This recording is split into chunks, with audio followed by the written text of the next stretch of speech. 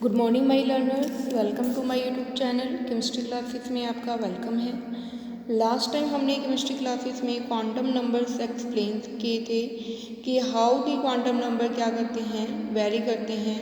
N L M की value को हम कैसे क्या करते हैं, ड्राइव करते हैं। एन हमारे पास क्या होता है, मेन शेल को रिप्रेजेंट करता था।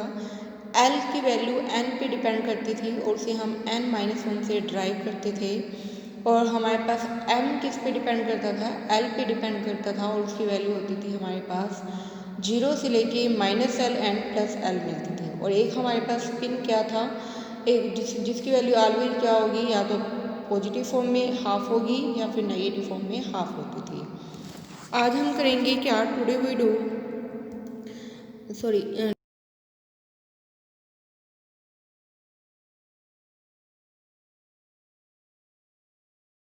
फंक्शंस है। इस स्कॉन्जर वेव इक्वेशंस ने क्या किया था, ड्राइव किया था।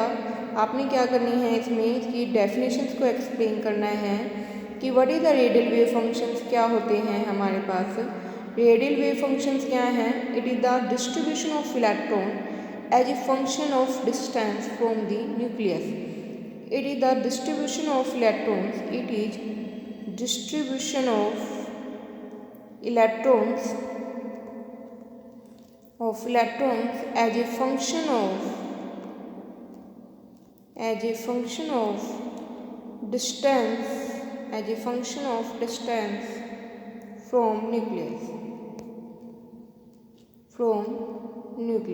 as a function of distance from the nucleus means क्या है, ये क्या एक्सप्लेन करता है कि इलेक्ट्रॉन का न्यूक्लियस से डिस्टेंस कितना है, वो कौन बताएगा, रेडियल वेव फंक्शन बताएगा।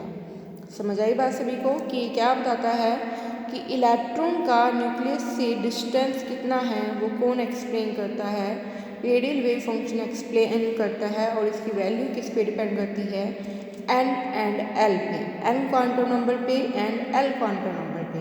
तो आप इसको मैथमेटिकली कैसे रिप्रेजेंट करोगे, आर आर, ये क्या है, रेडियल वेव फंक्शन है, किसका, रेडियस का, डिस्टेंस का।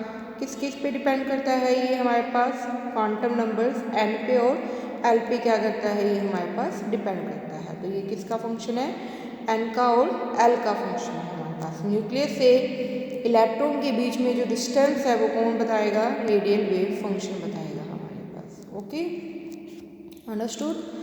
देन है सेकंड है हमारे पास क्या, एंगुलर वेव फंक्शन, कि what is the angular wave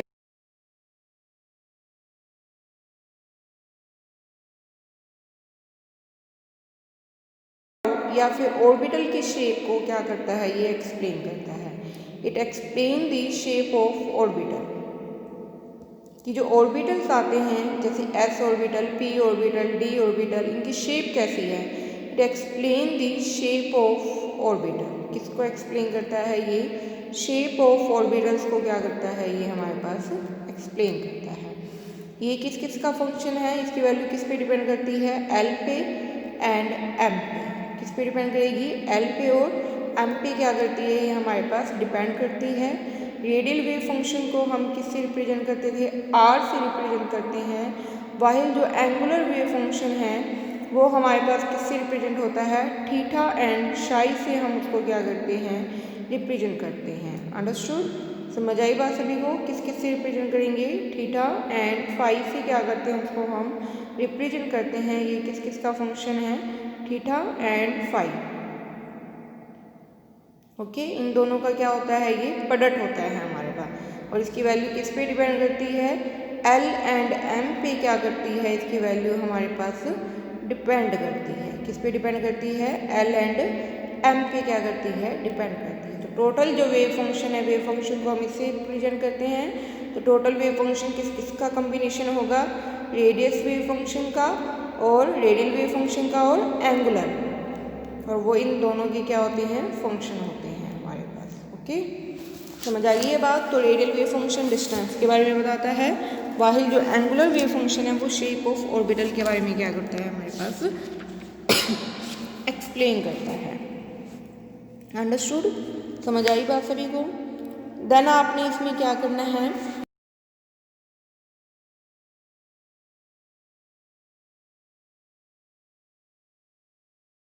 कौन सा, एस ऑर्बिटल का। वो क्या होता है, इंडिपेंडेंट होता है किसका, थीटा एंड साई पे वो डिपेंड नहीं करता। एस ऑर्बिटल जो है वो सिर्फ क्या है, इंडिपेंडेंट होता है किसके लिए, इंडिपेंडेंट है फॉर किसके लिए, एंगुलर वेव फंक्शन के लिए। मीन्स वो थीटा और साई की फाई की वैल्यू पे क्या नहीं करेगा, डिपेंड नहीं करेगा। सिर्फ किस पे डिपेंड करता है ये, ऑन आर पे, सिर्फ किस पे डिपेंड करता है, आर पे। मीन्स रेडियल वेव फंक्शन पे ही सिर्फ क्या करता है, वो डिपेंड करता है हमारे पास। समझ आई बात सभी को, कैसे आपको पता ही है। एस ऑर्बिटल है, इट मीन्स एल की वैल्यू यहाँ पे क्या होगी हमारे पास, 0। यानी कि एन तो हमारे पास कुछ भी हो सकता है, देखो 1 भी हो सकता है, 2 भी हो सकता है, 3 भी हो सकता है। और एस की वैल्यू यहाँ पे हमेशा हमारे पास एल की वैल्यू क्या रहेगी, क्योंकि आपको टेबल से पता है 0 1 2 3, तो एल 0 के लिए एस होता है, तो हमारे पास एल की वैल्यू ऑलवेज क्या मिल रही है, यहाँ पे 0 मिल रही है। और एम यहाँ पे हमारे पास देखो क्या है, इसकी वैल्यू 1 है, तो इसके लिए ऑर्बिटल सिर्फ एक ही बन रहा है हमारे पास। मीन्स क्या है, देखो इसकी वैल्यू सिर्फ किस किस पे डिपेंड कर रही है, एन और एल पे क्या कर रही है, डिपेंड कर रही है, उसी के लिए इसकी वैल्यू आ रही है। इसलिए कैसा फंक्शन है, रेडियल वेव फंक्शन है। और इसकी जो शेप मिलेगी एक ऑर्बिटल होने की वजह से कैसी मिलेगी, स्फेरिकल। तो एस शेप के लिए जो हमारे पास एस ऑर्बिटल के लिए जो शेप होती है वो कैसी होती है, हमारे पास स्फेरिकल शेप में मिलती है। कैसी मिलती है, स्फेरिकल शेप में क्या मिलती है, इसकी शेप मिलती है हमारे पास। चाहे फिर वो 1s हो, चाहे 2s हो, चाहे 3s हो, 4s हो, कुछ भी, प्रिंसिपल क्वांटम नंबर कुछ भी हो सकता है, आगे एस रहेगा, तो शेप सभी की क्या रहेगी हमारे पास, सेम ही रहेगी।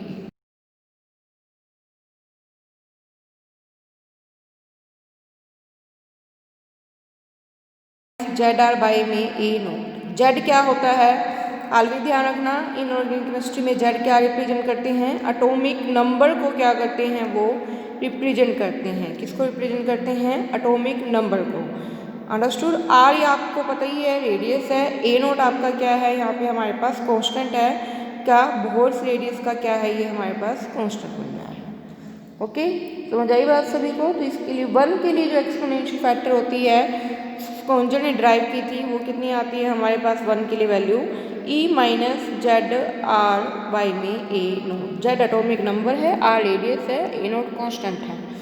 बट 2s के लिए जो वैल्यू है वो क्या मिलेगी, 2 माइनस जेड आर बाई में ए नोट। वही बात है, 2 से हम क्या कर देंगे, माइनस कर देंगे।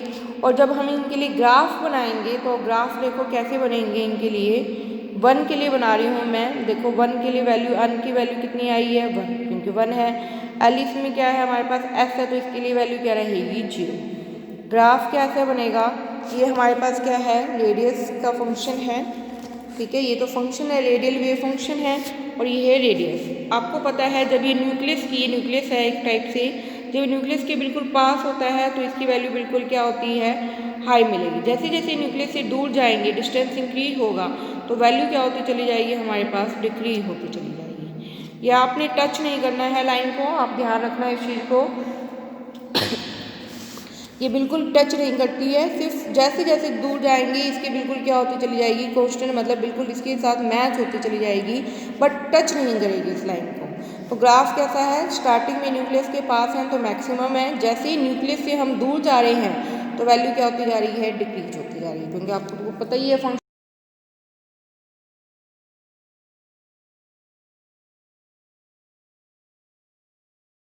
वैल्यू इतनी क्या होती चली जाएगी, डिक्रीज होती चली जाएगी। अब n की वैल्यू हमारे पास 1 है और l इसमें क्या है, 0 आ रहा है हमारे पास।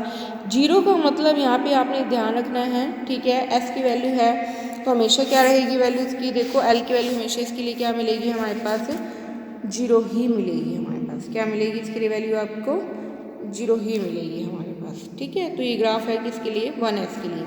एक्सपोनेंशियल फैक्टर है इसका क्या, e minus Z r by में ए नोट है 1s के लिए। ये 1s के लिए ग्राफ बनाया है मैंने, बट जब मैंने 2s के लिए ग्राफ बनाया, 2s के लिए, तो ग्राफ इस तरीके से बन रहा है, सेम पहले पास था, बट यहाँ पे एक फॉर्म टच होके क्या हो रही है, यहाँ पे ख़त्म हो रही है हमारे पास, ठीक है। ये भी वही रेडियल वेव फंक्शन है, इधर रेडियस है। वहाँ पे तो जो लाइन थी वो एक भी फॉर्म में टच नहीं हो रही थी, यहाँ पे इसको एक बार टच हो रही है, जहाँ पे इसको कट कर जाती है वो फॉर्म होती है क्या, नोड।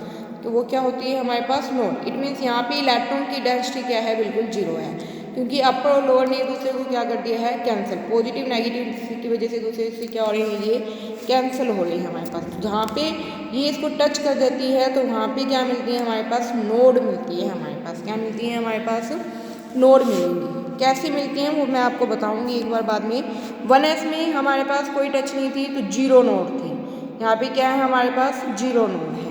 इसी तरह 2s के लिए 1 मिल रही है, 3s के लिए 2 मिलेंगी। 3s के लिए कितनी हो जाएंगी आपके पास, 2 हो जाएंगी। कितनी हो जाएंगी आपके पास, 2, 1 2। कितनी नोड मिल रही हैं, 2 नोड्स मिल रही है हमारे पास। फॉर्मूला मैं अभी आपको बताऊंगी कि कैसे मिलता है। पहले आप हम शेप के लिए बात कर लेते हैं। तो देखो जो s का जो हमारे पास ऑर्बिटल है वो रेडियल वेव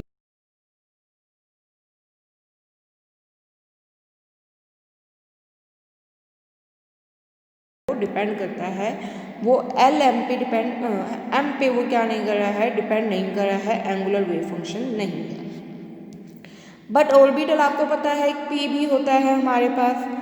पी जो ऑर्बिटल है वो कैसा फंक्शन है, एंगुलर। ये सब स्पॉन्जर ने अपनी इक्वेशन से बताया है कि जो पी ऑर्बिटल है वो कैसे होते हैं, एंगुलर वेव फंक्शन है। मीन्स इनकी जो वैल्यू है वो किस किस पे डिपेंड करेगी, एल और एम पे क्या करती है, वैल्यू क्या करती है हमारे पास, डिपेंड करती है। ठीक है, बट पी आपको पता है पी के लिए ऑर्बिटल कितने मिलते थे, मैंने आपको बताया ही है। एम की वैल्यू पी के लिए कितनी होती हैं, 3 होती है। इट मीन्स 3 ऑर्बिटल मिलते हैं, that is p x, p y, p z. इनके लिए जो वैल्यू है, जो आर की वैल्यू है वो तो सेम रहेगी, बट इनकी शेप जो मिलेगी वो सभी के लिए क्या होती है हमारे पास, डिफरेंट होती है। तो मीन्स क्या है, जो पी ऑर्बिटल है वो एंगुलर वेव फंक्शन है, वो एम पे ज़्यादा डिपेंड करता है, और उसके लिए जो आर की वैल्यू है वो तो सेम रहेगी, बट जो शेप है वो सभी के लिए क्या हो जाएंगी हमारे पास, डिफरेंट हो जाएंगी। इसी तरह जो डी ऑर्बिटल है उसके लिए भी कितनी वैल्यू मिलती है, एम की 5। इट मीन्स इसके लिए जो ऑर्बिटल मिलेंगे वो कितने मिलेंगे, 5 मिलेंगे, और सभी की शेप क्या होगी, डिफरेंट। तो पी और डी कैसे हैं हमारे पास, एंगुलर वेव फंक्शन है। वाहिल जो एस है वो कैसा है हमारे पास, रेडियल वेव फंक्शन है। पी और डी को अगर आपने रेडियल वेव फंक्शन के फॉर्म में ग्राफ में शो करना है तो पी और डी के लिए जो ग्राफ बनेगा वो इस तरीके से बनेगा,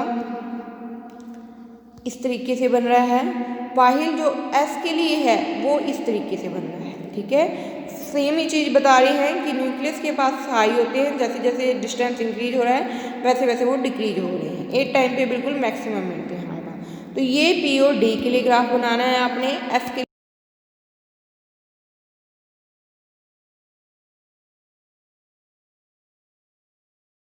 फंक्शन इधर होगा डिस्टेंस, तो स्टार्टिंग में बिल्कुल हाई, जैसे जैसे डिस्टेंस डिक्रीज वैसे वैसे हमारे पास वैल्यू डिक्रीज। अगर नोड है फिर तो यहाँ टच करना, अगर नोड नहीं है फिर टच नहीं करना है। अंडरस्टूड। इसी तरह अगर आपने, ये तो है किसके लिए, एस ऑर्बिटल के लिए, चाहे एस का 1 हो, 2 हो, 3 हो, 4 हो, 5 हो, एनी वन हो। अगर आपके पास कोई ऑर्बिटल पी या डी की फॉर्म में है आपके पास, तो इधर तो वही रेडियल वेव फंक्शन, इधर आर डिस्टेंस होगा। ग्राफ इस तरीके से बनेगा, स्टार्टिंग में न्यूक्लियस के बिल्कुल पास होंगे, एक टाइम पे बिल्कुल मैक्सिमम, फिर बिल्कुल क्या हो जाएंगे हमारे पास, डिक्रीज। फिर से वही, अगर नोड नहीं है, पी और डी के लिए है ये बच्चे, ये किसके लिए है, पी और डी के लिए, ये एस के लिए बनाना है आपने ग्राफ। अगर नोड नहीं है फिर आपने टच नहीं करना, बट अगर नोड है फिर आप इसको इस तरीके से टच करते होंगे। ठीक है, कि नोड क्या है, तो नोड निकालने के लिए आपको फॉर्मूला याद करना पड़ेगा, क्या, n माइनस एल माइनस 1। ये रेडियल वेव फंक्शन में नोड निकालने का फॉर्मूला है, ध्यान रखना आप। ये रेडियल वेव फंक्शन के अकॉर्डिंग है, किसके निकालने का, नोड निकालने का। रेडियल वेव फंक्शन में अगर आपसे पूछी जाए कि नोड फाइंड आउट करो, रेडियल नोड फाइंड आउट करो, तो फॉर्मूला आप अप्लाई कर देना n minus L minus 1, n minus L minus 1। Okay, understood, समझ आई बात सभी को। तो फॉर एग्जाम्पल आप देखो, मैंने आपको दे दिया है 3s।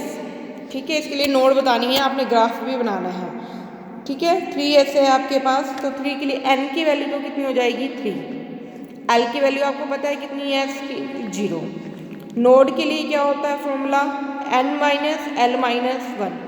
तो n की वैल्यू 3, माइनस में l की वैल्यू 0, माइनस 1।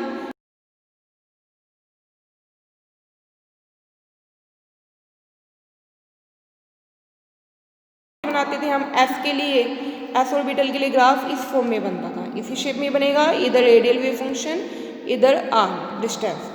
तो स्टार्टिंग में बिल्कुल यहाँ पे मैं नेक्स्ट पेज बना रही हूँ, नोड आ गई है कितनी आपके पास 2 आ चुकी हैं, ठीक है। ग्राफ इस तरीके से बनेगा, क्योंकि ऑर्बिटल कैसा है आपके पास एस में है, तो एस के लिए ग्राफ यहाँ से स्टार्ट करना है, देन डिक्रीज हो रहा है आपके पास। अब यहाँ पे देखना नोड्स हैं आपके पास 2 नोड्स हैं, अब 3 है तो थोड़ा न्यूक्लियस से दूरी होगा, तो थोड़ा सा दूर जाके एक बार यहाँ पे नोड मिलेगी, एक बार यहाँ पे, बस यहाँ पे कट कर देना है आपने। तो एक नोड 2 नोड्स, तो कितने नोड मिल गए हैं यहाँ पे 2 नोड्स मिल गए हैं, तो ग्राफ में हमारे पास 2 नोड्स अराइज हो रही हैं। समझ आई बात सभी को। इसी तरह अगर आप देखो 1s के लिए देखो फॉर्मूला है n minus L minus 1, n कितना है 1, l कितना है 0, -1, तो 1 - 1 0, तो कोई नोड नहीं है इसलिए ग्राफ ऐसा था।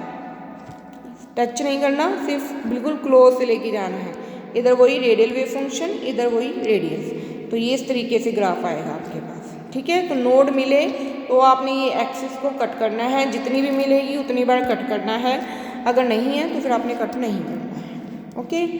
इसी तरह अगर आप देखो 3D के लिए देखो, अब D के लिए हम देख लेते हैं n minus L minus 1, n कितना है 3, D के लिए L की वैल्यू कितनी थी, टेबल ये थी हमारे पास 0 1 2 SP D ये थी, तो D कितना आ गया 2, -1, 1 - 1 0, इट मीन्स इसके लिए कोई नोड नहीं आ रही है। और P और D के लिए आपको मैंने बताया है ग्राफ इस फॉर्म में बनेगा, तो कोई नोड नहीं है, तो इसलिए बस इस तरीके से ये पास से होके जाएगी, टच नहीं करेंगी, तो ये इस तरीके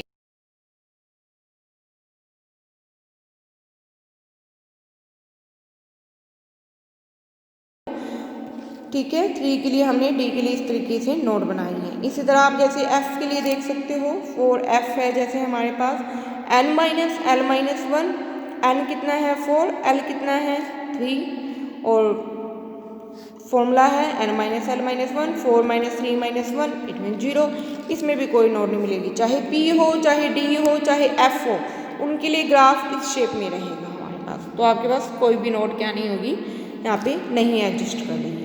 जब नोड एडजस्ट करें तो वहाँ पे आपने एक्सिस को क्या कर देना है, कट कर देना है। तो ये हमारे पास क्या है, रेडियल वेव फंक्शन है जो न्यूक्लियस पे डिपेंड कर रहा है, सॉरी डिस्टेंस पे डिपेंड कर रहा है, क्वांटम नंबर में n और l पे डिपेंड करेगा सिर्फ, और इसकी शेप जो है वो हमेशा कैसे रहेगी, स्फेरिकल रहेगी, सिर्फ f के लिए मिल रहा है ये। While p d f angular wave function है, l और m पे डिपेंड करेंगे, और सभी के लिए डिफरेंट क्या रहती है, शेप रहती है, और इसलिए ग्राफ भी इसका क्या करता है, f से क्या करता है, डिफर करता है। अंडरस्टूड, समझ आइए बात सभी को। अगर किसी को कोई प्रॉब्लम लगे तो आप मेरे से पूछ सकते हो, और इनकी प्रैक्टिस आपने करके देखनी है।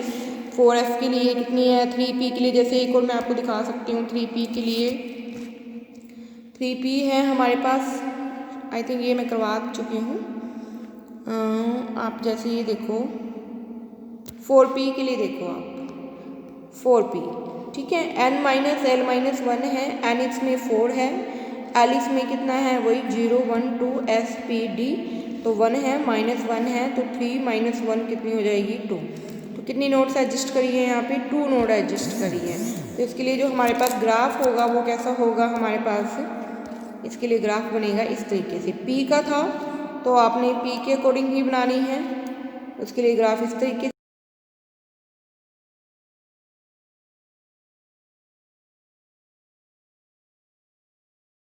हमारे पास 2 नोड्स आ गई हैं, कितनी नोड मिल रही है यहाँ पे, 2 नोड्स मिल रही है। तो ये 3P के लिए इधर रेडियल वेव फंक्शन आपने दिखाना है, इधर रेडियस है। ग्राफ बनाते टाइम आपने ध्यान रखना है y एक्सिस पे क्या शो करे हो, x एक्सिस पे क्या ले रहे हो, और ग्राफ P D F के लिए इस शेप में बनेगा और S के लिए इस शेप में था हमारे पास, ओके अंडरस्टूड।